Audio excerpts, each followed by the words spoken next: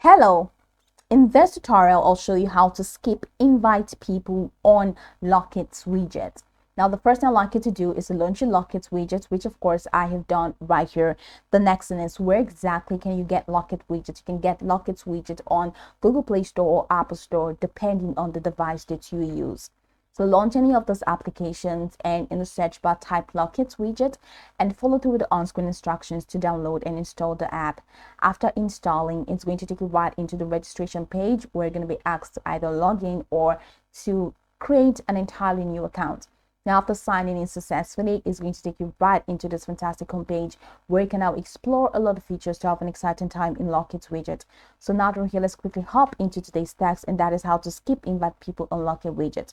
Now, when creating your account, you must have been asked to invite people necessary and mandatory for you to add a person before launching the account. Now, prior, Locket Widget used to ask for 5 people before you can use Locket Widget. All right, but then now it's just one person. It's just one person. Now, I'd like you to know that in Locket Widget as of 2024 June, there's no option for you to skip inviting at least one person. You have to invite one person for you to launch the application. You can skip that process. But if you're asked to invite more than one person, then you just need to invite one person. And after inviting one person, delete or deactivate your Locket Widget. And after deleting it, download it again.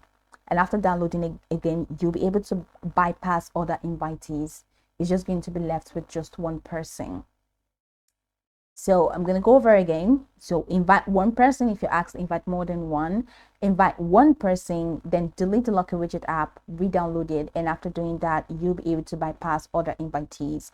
But there is no way for you to bypass or for you to skip the process of inviting at least one person. You need to invite one person for you to use Locket Widget.